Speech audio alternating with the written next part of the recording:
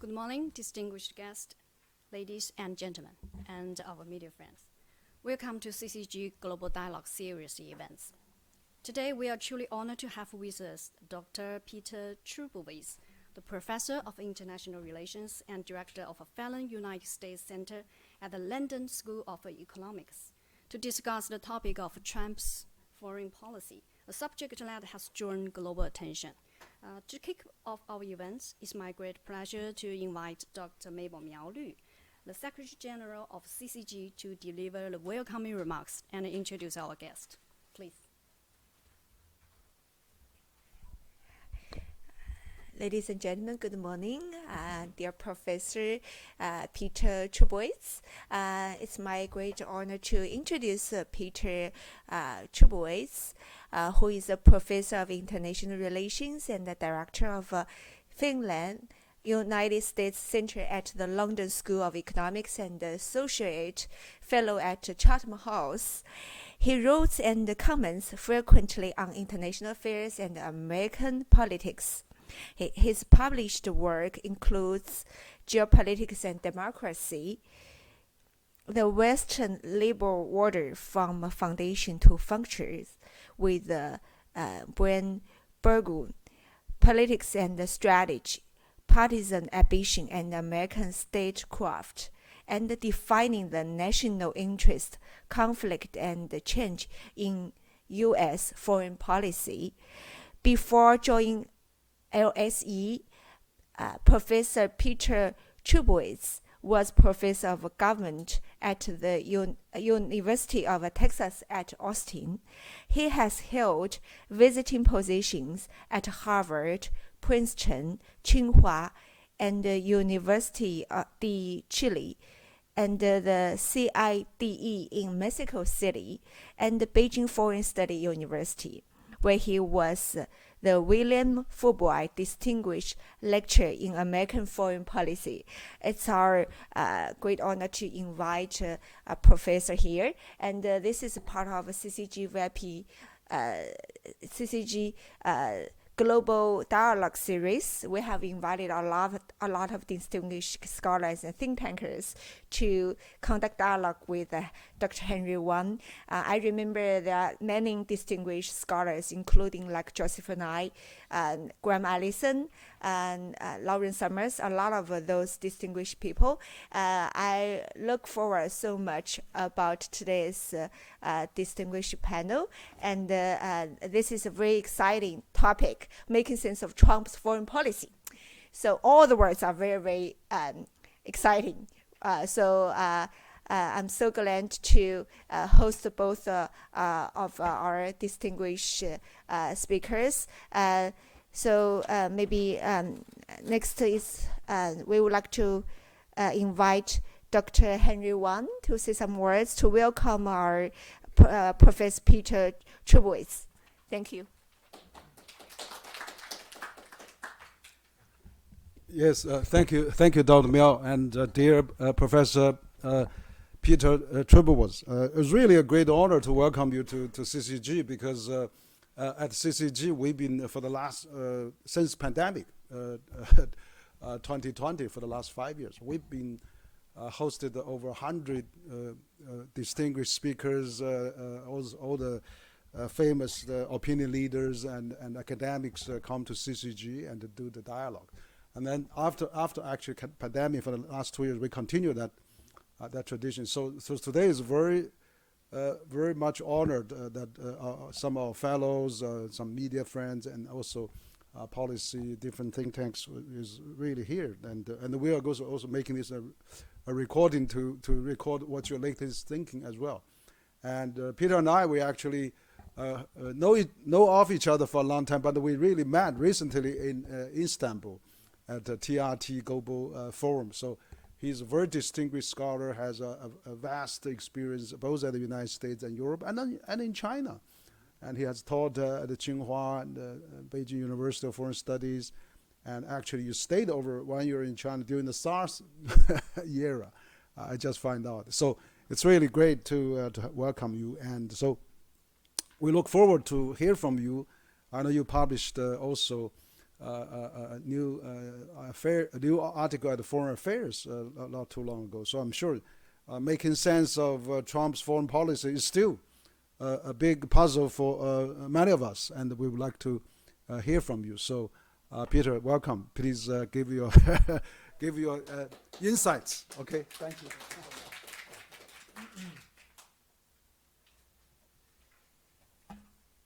Well, it's a great honor to be here.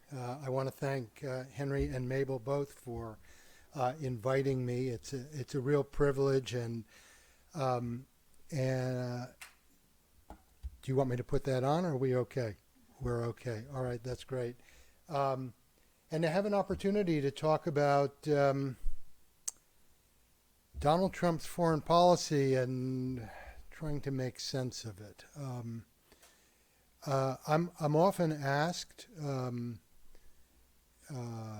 if Trump has a strategy, has an international strategy, and in a way the question's challenging, and it's challenging not because he doesn't have one. He has one. What makes it challenging is he has more than one. And I'm reminded of something that Fareed Zakaria said in an interview with the New York Times. He said, just when you think you've figured out the Trump doctrine, the Trump strategy, Trump goes and says something that's completely the opposite of the Trump doctrine, and so there's a second one, or a third one, or a fourth one. What I'm going to argue for, and I'm going to try to do this in about 15 minutes, is to lay out what I think are three different Trump strategies that are on offer right now in the administration, or that have been on offer and that they've been experimenting with since the beginning of Trump 2.0 in January. And they reflect, I think, different interests within the administration and beyond in the United States, and different conceptions of what the international order should look like going forward. And but in none of them represent yet, I think, a settled position in the administration. So it is still very much, I think, a work in progress. And so I'm going to sketch these out, and I'll start with, in a way, these have unfolded sequentially. So I'm going to start with the first one that was rolled out very early when Trump took office. And I would describe it as a balancing strategy, or really more precisely, a rebalancing strategy, the purpose of which is to redefine and reorder the terms under which other nations get access to the American market. And importantly, in the case of allies and friends, get the benefits of America's security umbrella. And the purpose here, importantly, is not to dismantle the rules-based order. The purpose is to rewire it. And so the strategy is premised on the idea that the existing international order that the United States did so much to create and to sustain has become what the U.S. Trade Representative James Greer calls untenable and unsustainable. Those are his terms, not mine. Untenable because it generates the kind of, it no longer generates the kind of industrial jobs and economic security for Americans that order once did. And unsustainable because the United States can no longer afford to underwrite the cost without compromising of that order, without compromising its own interest, economic, military, and political. The point here is not that the United States lacks power, hard power, economic, military power. The problem, those inside the administration who subscribe to this view, the problem is that the United States has lacked the political will to exercise its power. And that is what the strategy is really designed to renegotiate. It's that the U.S. will now use its clout, its power, to renegotiate the terms. This received a lot of attention in the early in Trump 2.0. It's still in play, but I would say far less aggressively than it was at the outset. Its principal advocate within the administration is the Treasury Secretary, Scott Bessent. But he's not alone. Greer shares this view. The Secretary of Commerce, Howard Lutnick, shares this view. And so does the chair of the Council of Economic Advisors, Stephen Marin, as well. They've all pushed this particular view. And if it sounds familiar, it should, because this is not the first time an American president has tried to rewire the international order. There are a few of you who are old enough here to remember Richard Nixon. This is what Nixon tried to do as well. When he closed the gold window, when he put pressure on America's allies to pick up a larger share of the collective defense to pay for it, and when he looked for other countries, including China, to serve a role in maintaining regional security and stability. I think this view is taken, or this approach is basically taken out of the Nixon playbook. The problem is that Donald Trump is living in a different world than Richard Nixon lived in. Nixon presided at a time where whatever the United States did, however misguided it was, there was always something, as George Kennan once said, worse than the United States, namely the Soviet Union. Trump doesn't have that luxury, and it partly explains why the strategy boomeranged in April when they announced Liberation Day, when they really pushed this strategy very hard. To be sure, he scored some victories, Trump, in some of the negotiations with some countries, but it's come at a very heavy cost, this particular strategy, in terms of international approbation, and I think perhaps more importantly, domestically in terms of political support. Trump was elected by the American people to turn things around economically in the country. And the problem with this strategy is it has fueled inflation in the United States, and it's partly because of this strategy that his support, especially among independent voters, has dropped. This is one strategy that's out there. It's not the only one. And it's not the one we're going to hear a lot about, I would say, within the next month or two. The second strategy imagines the world in a different way, divided into spheres of influence, regional spheres of influence.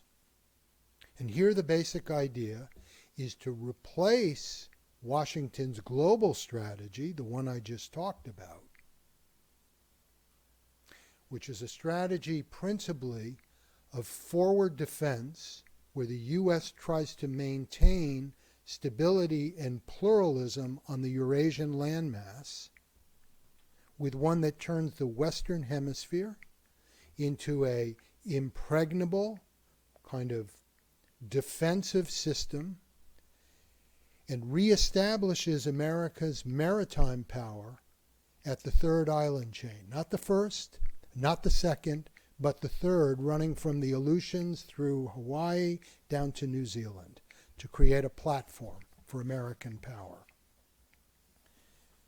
And it couples it with a bid using that naval power to blunt China's bid for influence in the region.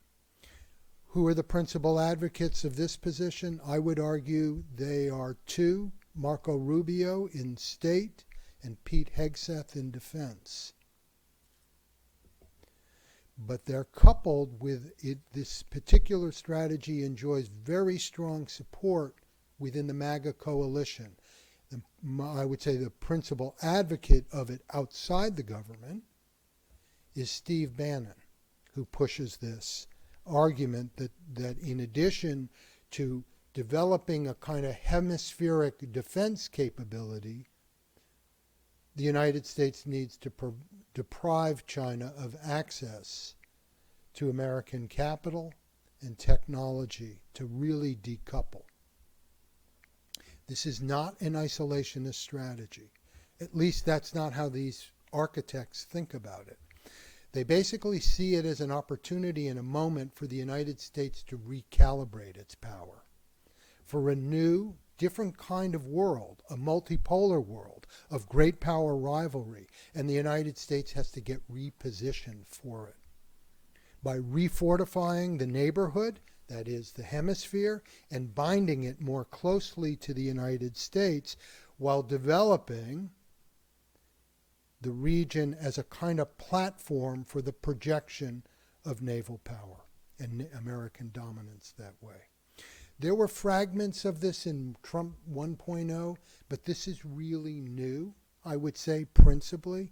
It's gained a lot of traction in Trump 2.0, and we will see it when the administration finally unveils the National Defense Strategy and the National Security Strategy. This will not be the only thing in it, but it will figure, I think, fairly prominently.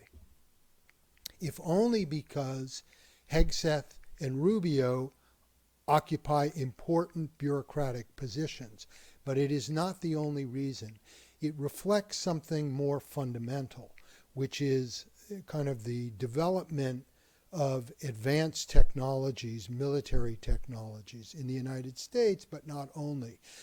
The kind of transformation of non-nuclear, that is conventional forces, and the development of satellite sensors, so that the United States can be, in a sense, positioned in the hemisphere and project power from the hemisphere. This strategy is also not without risks.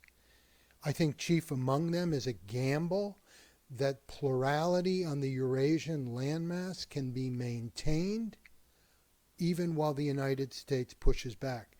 This is a very big change if this becomes the strategy for the United States, because for 80 years the United States has adopted the principle, or has abided by the principle, every president, whether Republican or Democratic, that no country or group of countries should be allowed to gain control or influence, dominance on the Eurasian landmass.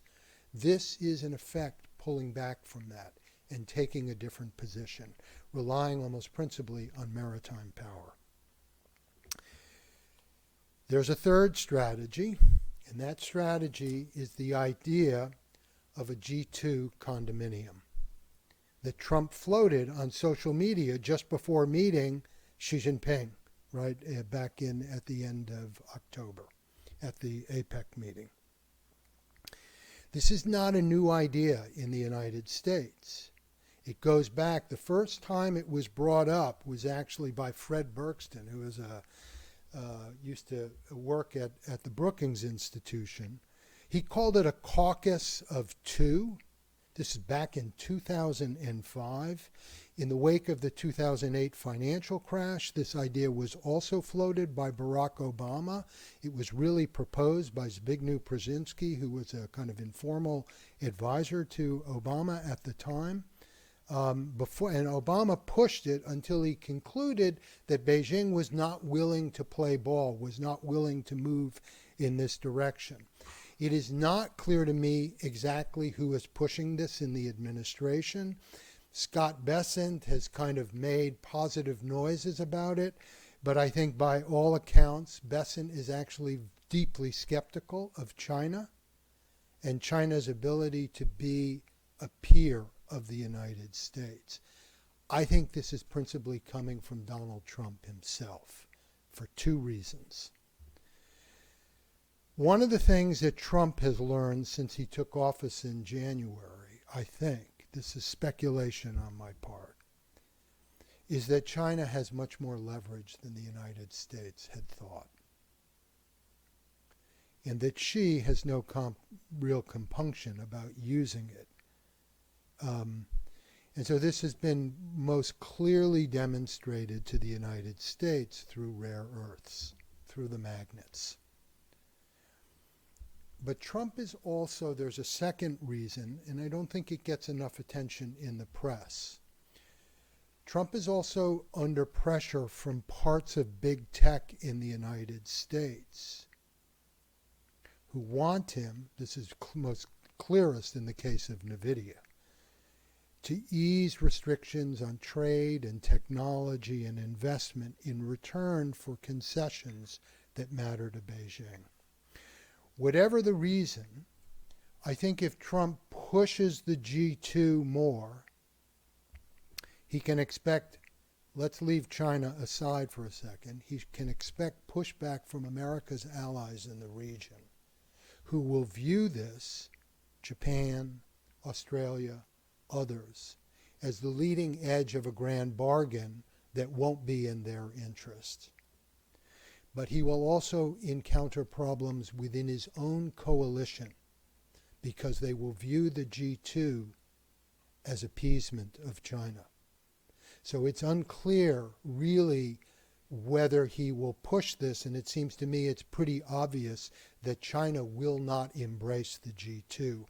Even if Xi Jinping is happy about it personally, because this is the first time that an American president has really, I think, publicly treated China as an equal.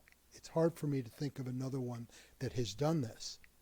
But for China to embrace this would cause problems in the global south and elsewhere. The idea that China, as a partially developing nation, would form a G2 with the United States, it seems to me, is problematic. So it's very unclear that this particular path will take hold, it seems to me. So it's pretty easy, I think, and this is where I'll stop, to see why Fareed Zakaria threw up his hands, as so many have, about Donald Trump's strategy. The issue is not that he doesn't have a single strategy. He does. He's got multiple strategies. And the question is ultimately where the United States is going to land. And it is not obvious at this moment, it seems to me. The only thing that is obvious is he's going to keep all of us very busy for the next 3 years. And I'll leave it there.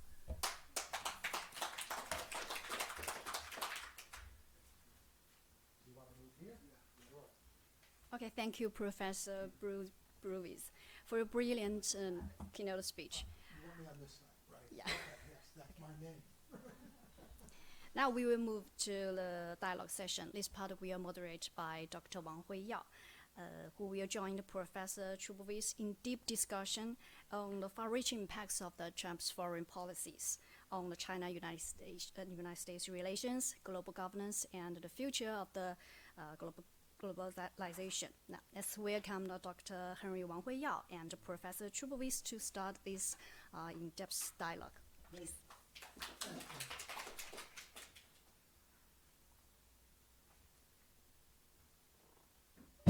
Great. So, Peter, fascinating discussion. You know, it's really very stimulating and very analytical and also very refreshing as well. As you know, that Donald Trump, since he took office for almost, 10 months almost, right? I mean, he has really stirred up the world upside down and east, west, north, south. So, absolutely. I found that particularly between China and the U.S., he is really the biggest, sometimes the talk of the town and, has huge impact.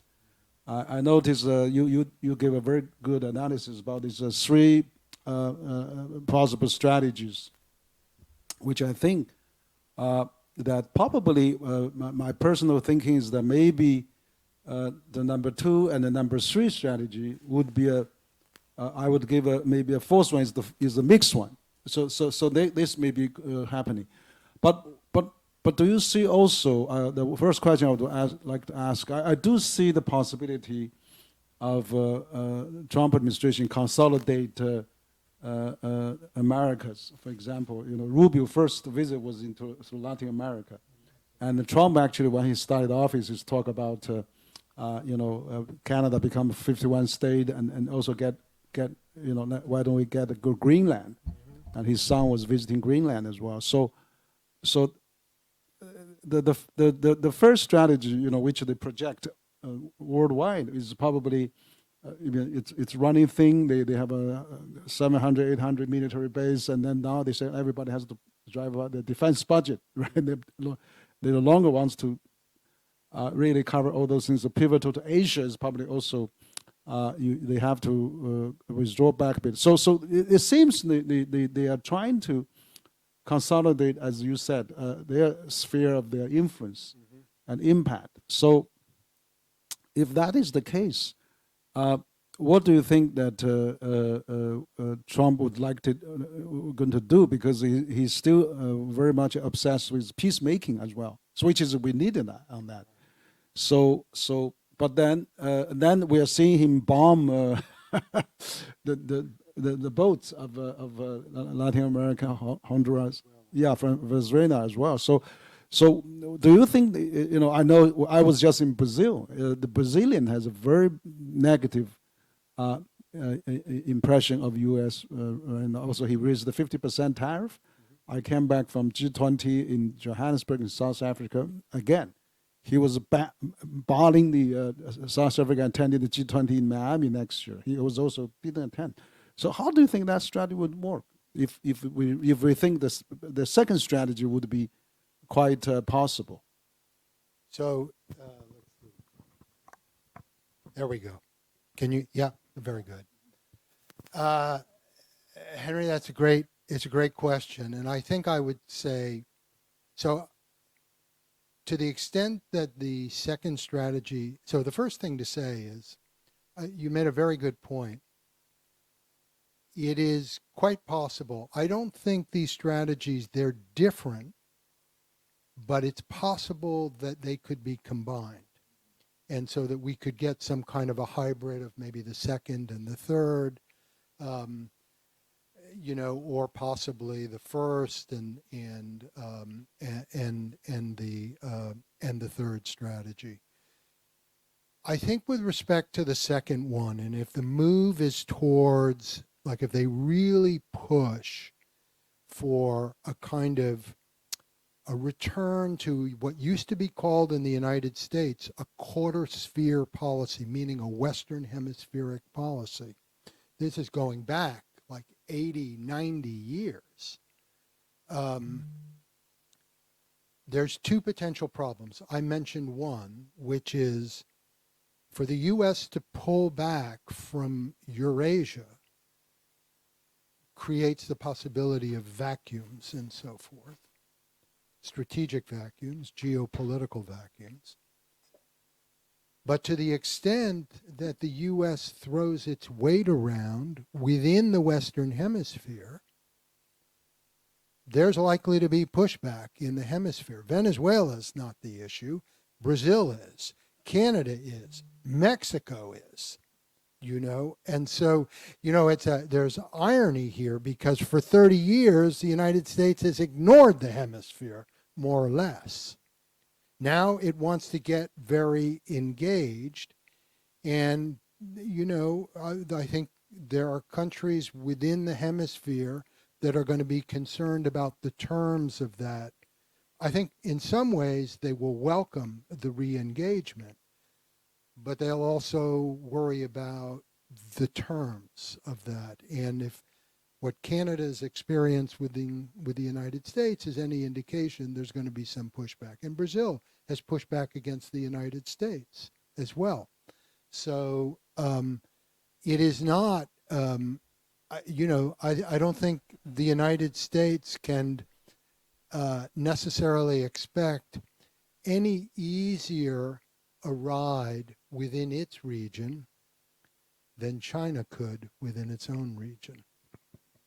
Yeah, that's possible. Thank you, Peter, for this great analysis. I actually personally I agree with you. I think U.S. that does after so many years of spread so thin, so far, and so few. Now probably it's time to come back and concentrate a bit. Your sphere of your area and also your neighbors, right? You really need to take good care of them, and that probably can also get some comparison as well. Like China, in terms of ASEAN countries, really doing well, and ASEAN become China's largest trading partner. Indeed. Where Latin America doesn't become America's largest trading partner.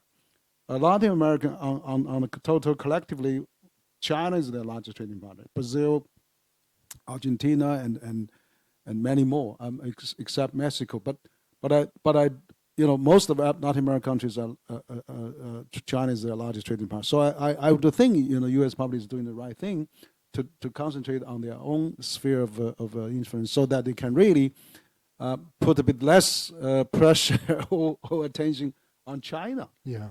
Which is I think China would welcome that.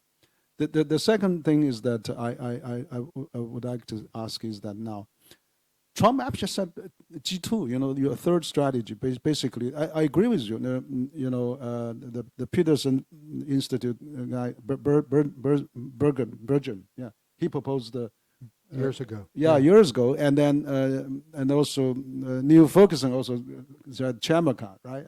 Yes, exactly. China, America. I met Ferguson just last October recently, and what I think is that you said this is a Trump personal opinion, but I do think also on the other hand it's the reality now. It's because particularly the second term of Trump, because he was putting up 200% of a tariff. China correspondingly put up to the 125, and then they started to escalating sanctions, and then they quickly also calmed down. And recent meeting they had at Busan in South Korea, President Xi said, "Let's get out of the vicious cycle of sanctioning each other." Right. So in a sense, I think that's a reality that U.S. is recognizing now. And I also attended the U.S. Deputy Head of Mission reception here in Beijing, and he said, he was really thinking that his term here, he's really trying to seek the strategic stability with China. Yeah. And Rubio said that when he interviewed by Fox News in July, both China and U.S. are so large, and we cannot really change each other. Might as well coexist. Let's seek strategic stability. Right. That's from Rubio, strategic stability. This is a sharp comparison from first Trump term, 2017. They unleashed this national security report, put China as strategic rivalry even before Russia. Yeah. So it's not that only Trump says that, but it's really probably the reality that the world has so many things that U.S. and China has to work together on the war, on the peace, on the global. So even though Trump has spoke out and loud, but would that be also that a new trend that China can collaborate with U.S.? I remember the foreign minister spokesperson comment on this G2. Yeah. He said, "Okay, we're not saying we're G2. We don't recognize that, but we do see the possibility of working with U.S. to work on those big issues." Yeah. So in a sense, they didn't say yes, didn't say no, but basically trying to work with U.S. on global issues like UN, WHO, WTO. So in that sense, do you think, even though you said it's only Trump recognize that? I know there's a lot of hawks in the U.S. Doesn't recognize that, but would that be a gradual reality coming up because of China now also can counter sanction U.S. We reach a new equilibrium probably sometimes. So it has to recognize this reality, even though Steve Bannon and a few others may not agree, but we have to live with that because we're so much intertwined and so much things needs U.S. China to work together. So G2 doesn't really sound very good in terms But it does need the U.S. and China to work together to solve the global issue. So that kind of scenario, with Trump in town, and he's coming in next April, President Xi going to G20 next fall, winter, we will see high-level visit of both sides within a year, another two times. And there will be so many, ministerial meetings in between. So we would expect some stability between U.S. and China. So this G2 probably, at least U.S. and China would have to work very hard to maintain the world affairs while Trump consolidate Americas. So what do you think about this reality that is happening now? Okay, well, I think it's true that I think Trump was, with respect to the G2, was responding to facts on the ground. The fact that China pushed back, that China can hurt the United States just like the U.S. can hurt China, so that, I do think the pushback and the use of the rare earths, kind of just, for many in the United States, it was like smelling salt. It was a wake up that it wasn't only the United States that had a weapon that it could play. I also think the reality for Trump, let's say with respect to the tariffs that were imposed on China in April, and then kind of backing away from it, there's the reality of the bond market in the U.S. and its reaction. And he can see also that, whatever he says about how great the economy is, he can see that his own popularity is declining, not among his base. His base is behind him. It's solid. It almost doesn't matter what he does. But if you look at independent voters, his support has dropped considerably. And it's not, I don't think, over things that he says and so forth. It's over the economic realities. And that's partly the result of the tariffs that have been imposed and so forth. So there's domestic constraints there as well. So it's possible that the U.S. and China have entered a period of, let's call it like a détente right now, where they will be able to kind of work together to manage the relationship, and hopefully find problems that they can work on together that really do need attention. And I'm thinking about like the dangers of a sea collision in the South China Seas, or that there should be, there should be much more attention to alerting each other to missile exchange, missile firings, and there should be much more one-to-one or, military-to-military meetings to reduce the risks of something inadvertent happening. I mean, what the U.S. and China don't need is a Cuban Missile Crisis to be brought to their senses. This needs to be done in advance. My concerns about the relationship, though, going forward are twofold. Historically, the only times that the U.S. and China have really been able to cooperate is when two things have been present. The first is a common enemy. So when Richard Nixon and Mao, when there was the opening in the 1970s, there was a common enemy. There was a tacit alliance, and the alliance was against the Soviet Union. The second thing that has allowed cooperation, so that's allowed cooperation on the military side.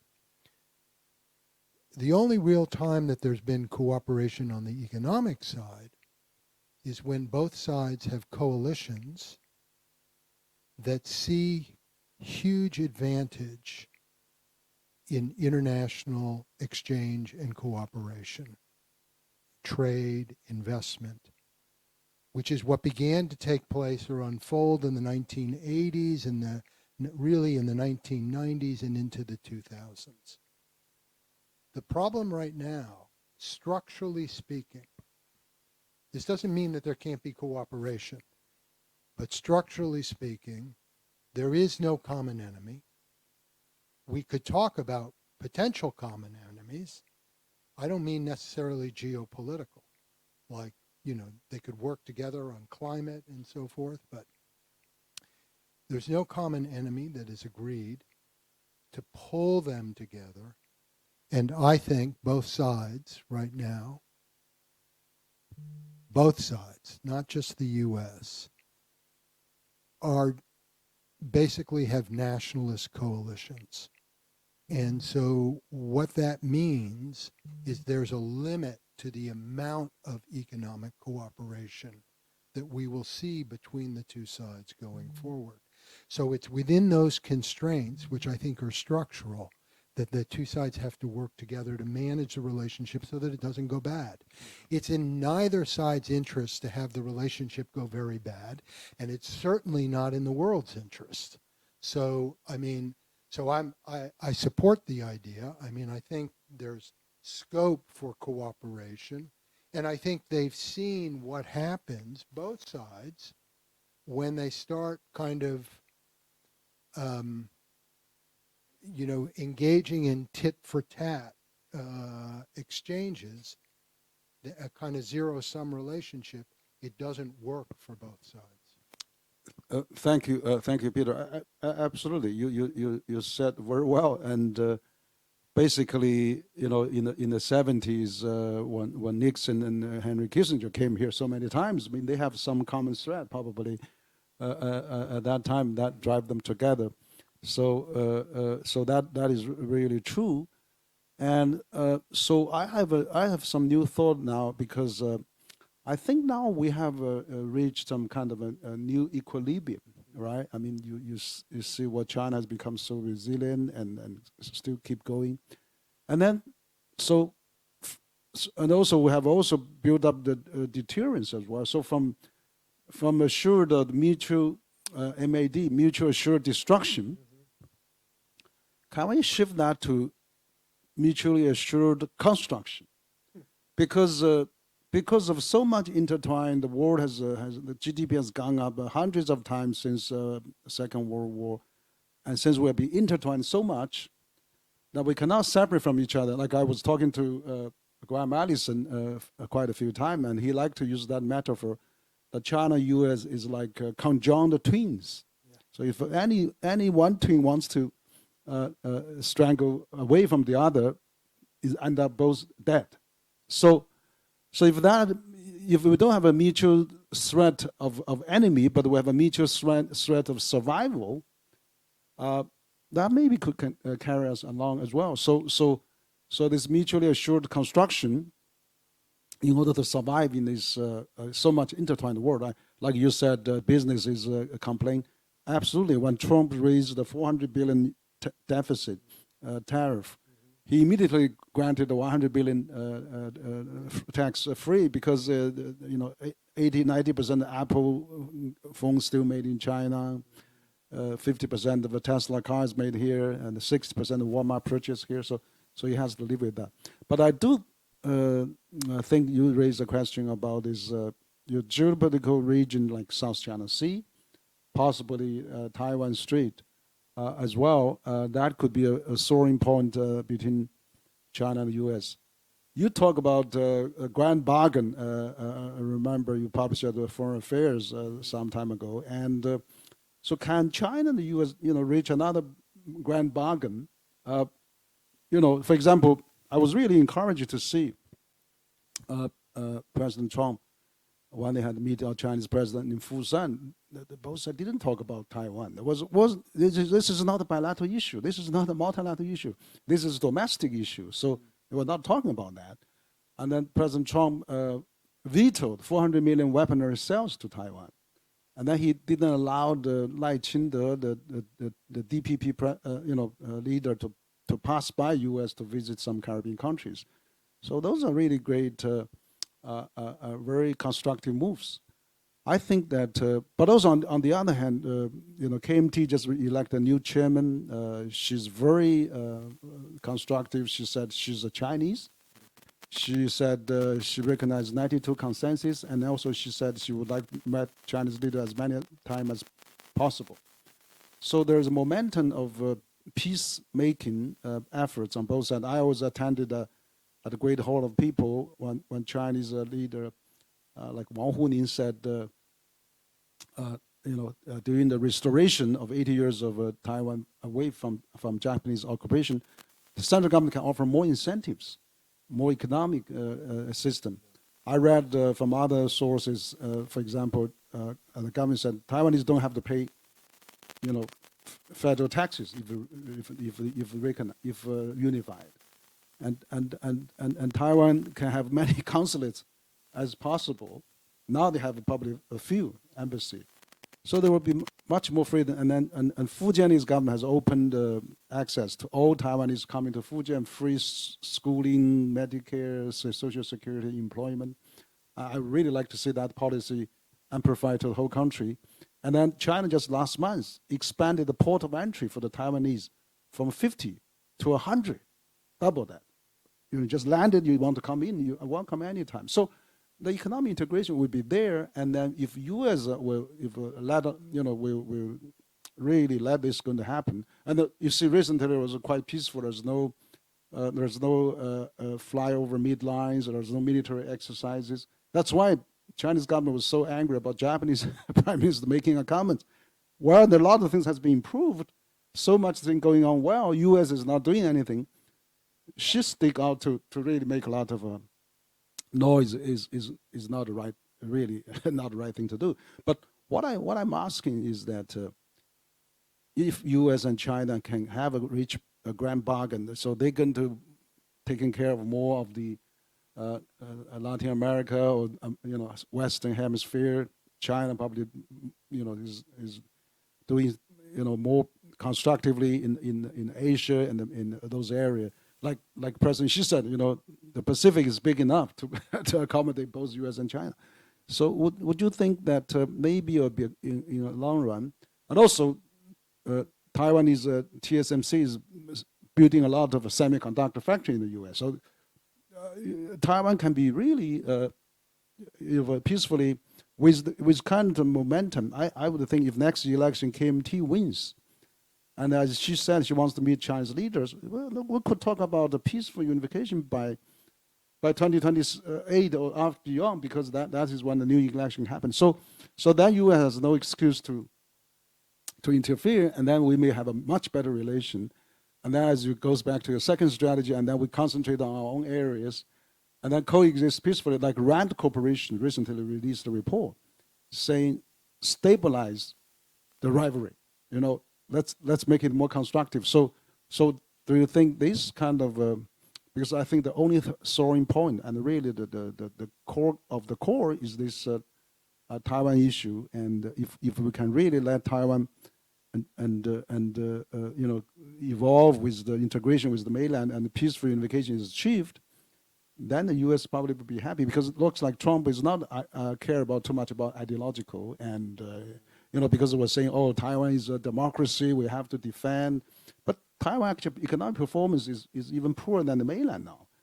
So Guangdong province, the GDP is larger than Taiwan. So I would think that maybe there's a lot of reasons, there's a lot of new assessment and a lot of new thinking with this new equilibrium, and then also we have so much trouble spots everywhere in the world. And U.S. and China has to work together. Like U.S. is not supporting WHO. China just said, okay, we donate $500 million to support it. So we have, we'll try to help each other. So I think with the world in different hot spot, we shouldn't really concentrate on too much on the China domestic affair like Taiwan. Just imagine if China sails through to Cuba or Caribbean. I mean, what does the U.S. think, or Hawaii?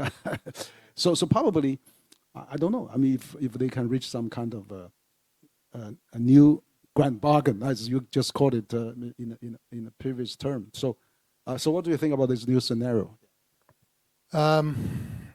Well, I mean, I think that trying to pursue a grand bargain that in some way implicitly or, well, explicitly settles the Taiwan question is likely to boomerang. For the United States, I think it will be that kind of arrangement will end up looking more Faustian as a bargain because it will have such repercussions in the region. It will undermine America's, if it were to go down this path, it will raise questions about the credibility of its commitments elsewhere in the region. So it's, you don't rule it out. Trump has kind of floated this idea periodically, like on TV, in interviews. But I think there are a lot of people around him that would push back.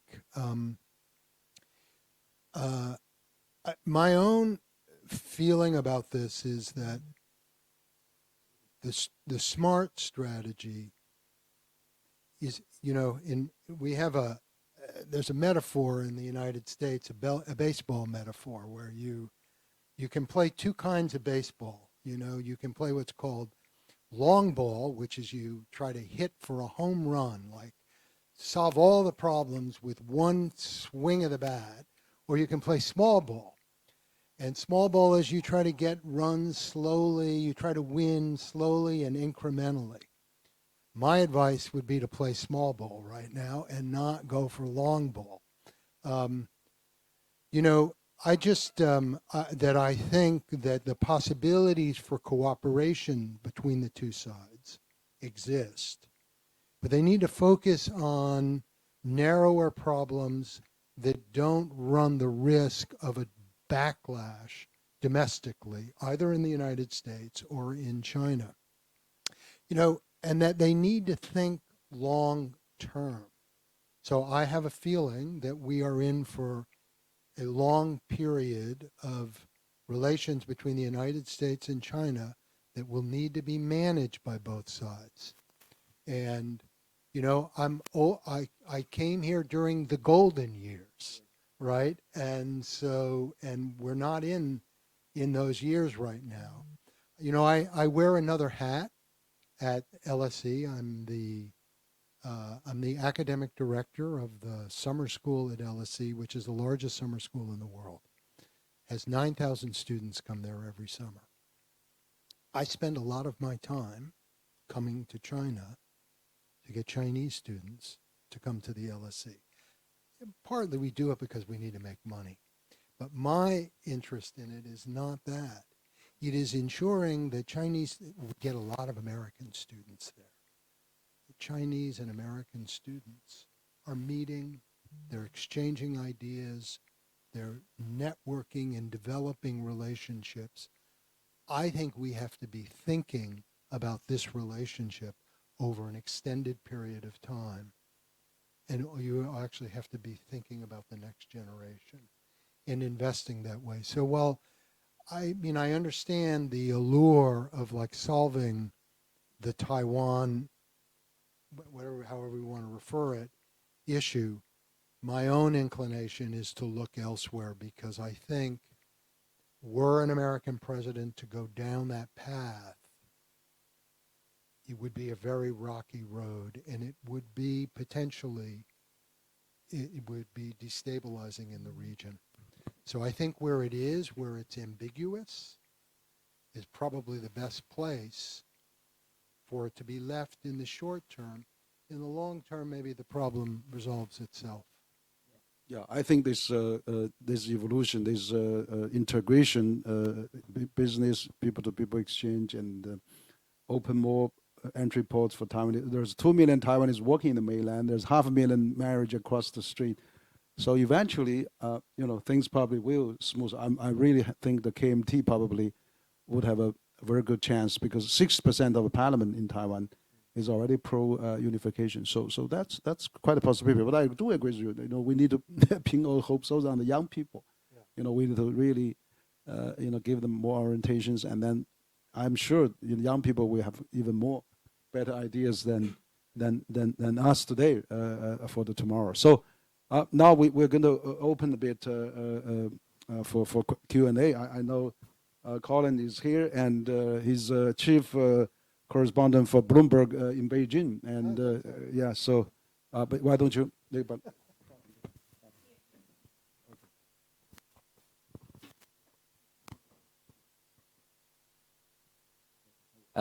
Thank you. I'm sorry I arrived a little bit late, but I'm not the chief correspondent, by the way, just to make that clear. I'm just, and I know you've appeared on Bloomberg TV quite a bit with our colleagues in Europe.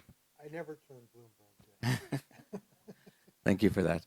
I'm just thinking about this Taiwan issue, and I have a sense that there is going to be an ask. And don't ask me where I'm getting this from, okay? It's just an impression. Yeah. And we can also see it right now in terms of the Takaichi comments, whereby China is asking countries like France and like the UK, other P5 nations, to offer some sort of word of support. Let's just say there's a possibility that there will be an ask. You're saying basically you don't think that's a good idea at this point in time, right? I'm saying be careful what you wish for. Yeah.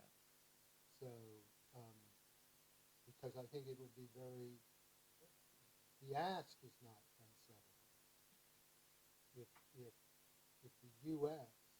sanctioned it, I think it could be very unsettling in the region.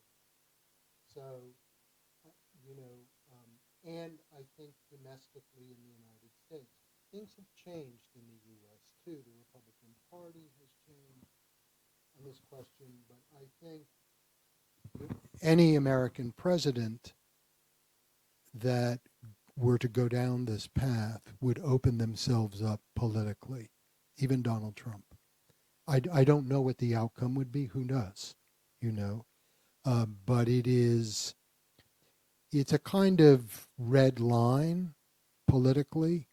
You know, and I think American leaders need to be careful, also recognize that the mainland has red lines as well. And so there has to be a recognition on both sides. And I think that was the case. And then I think it started to unravel. I don't think it started with Pelosi's visit. I don't think that helped, you know, but I think it started earlier. So my sense is that things should be dialed back, but I don't. You have better sources than me, I suspect, and you know, there may be an ask, you know, but in the end, I don't think it will be what Paris says. It'll be what Washington says that will matter in the region. France is not a regional power in the Indo-Pacific, you know. I think, you know, it doesn't have extensive commitments in the region. Where the U.S. comes down, I think, really kind of matters on this question. So it's, I mean, what you're suggesting, it sounds to me, is that China's going to make the ask. It's going to start with, not with the United States, but with other countries and try to build up momentum. And that's possible. Yeah, just to also briefly answer your question, I think, you know, China has made it very clear now. I think there's one China principle, and then so China has been very strong in terms of react to what the German foreign minister said, what the Japanese prime minister said, because China, I think, reached a new status, and then also there's a new peaceful unification momentum going on, and there's a huge integration going on between China and mainland and Taiwan. So I that's why I really like Peter's this second strategy is that U.S. is going to really taking care more of its own spheres of region and influence in Americas, and China probably its own territory and its own waters and areas, and China taking care of more of that. And so we reach a new peaceful coexistence status. So it's through this kind of course, I mean, not overnight, but as you said, step by step, gradually. Okay, we see another question there. Okay. Just briefly mention what we're from. Yeah, thank you so much, Professor. I'm a journalist from Hong Kong Phoenix TV. Just a quick follow-up on Taiwan issues. So my question is be more specific. So President Donald Trump just signed the Taiwan Assurance Implementation Act, and a lot of analysts think that this action will be the loosen of U.S. the self-imposed restriction on non-official engagement with Taiwan. Do you think this act is going to alter the situation of the Taiwan Strait? And also, do you think this move is more largely symbolic? Or do you think this point to a more explicit or tougher policy directions of Trump's administration on Taiwan issue? Thank you so much. The short answer is I'm not sure. So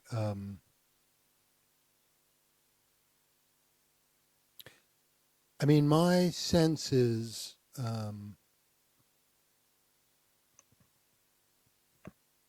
mean, Trump could have easily like floated the Taiwan thing, a question himself, because there's nothing that holds him back, you know, at his meeting with Xi Jinping.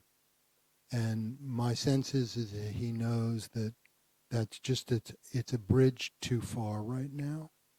So I'm not. My sense is that this is an unsettled position.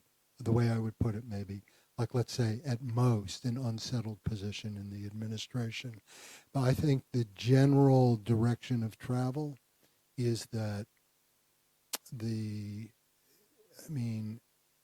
U.S. should approach this very, very carefully. And my sense is that, you know, one way to view the call with the Japanese leader is that I'm not saying this is the way it's necessarily generally viewed, but I think one way to view it is that they wanted to dial this back, dial it down, the administration. I mean, there's two readouts from that call, so I don't know which one is the accurate readout from the call, but that the administration wants, in a sense, the Trump administration maybe, to have it both ways. And so to me, that's just kind of wanting the status quo and not trying to change it.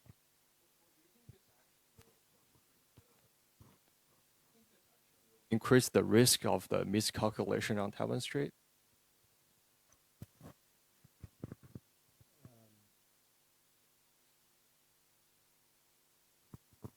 I'm not sure.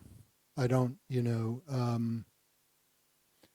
I don't think any one single action is going to kind of like tip the balance.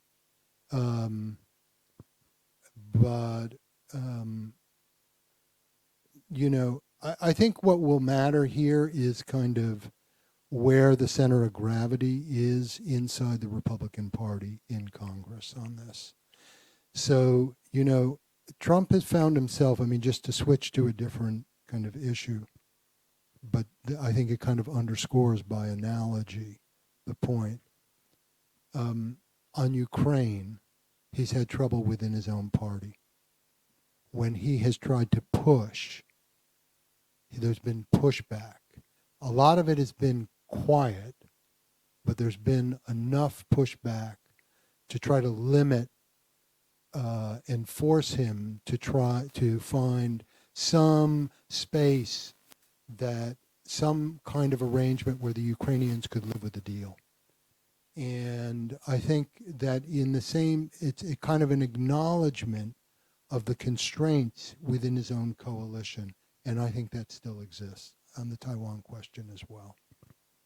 Okay, we're running out of time, and so I think we had a very stimulating section and discussion, and also a keynote by Peter. And I think this is really a great occasion, like a think tank, CCG, that conducts to really enhance understanding and better communication. Of course, also to explore all kind of possibilities, ideas that can better handle those problems, and also we can also make policies for relevant also government authorities and agencies. So this is really a good discussion. I think Trump's foreign policy is still evolving, and we see, because with the resilience of China, and also with the new equilibrium status being established, like Trump has mentioned that as well. I really do agree that with Rubio, that we need to seek strategic stability and find a way to coexist peacefully, and taking care of the more challenging and more complex problem of the world elsewhere as well. So in that sense, I think U.S. and China do have a bigger responsibility to really make the world a better place. So thank you, Peter, for taking the time to come, and we appreciate it very much. Well, thank you very much. It's been great to be here. I've enjoyed it very much. Thanks to both of you for hosting me, and I hope I'll be able to host you in London at some point. Great. So you have a unique position at the London School of Economic and Political Science, but you are American, but you're heading a UK-US center, but you are a top expert in China. So you got the best of all the worlds. Okay, let's give him a warm welcome. Applause.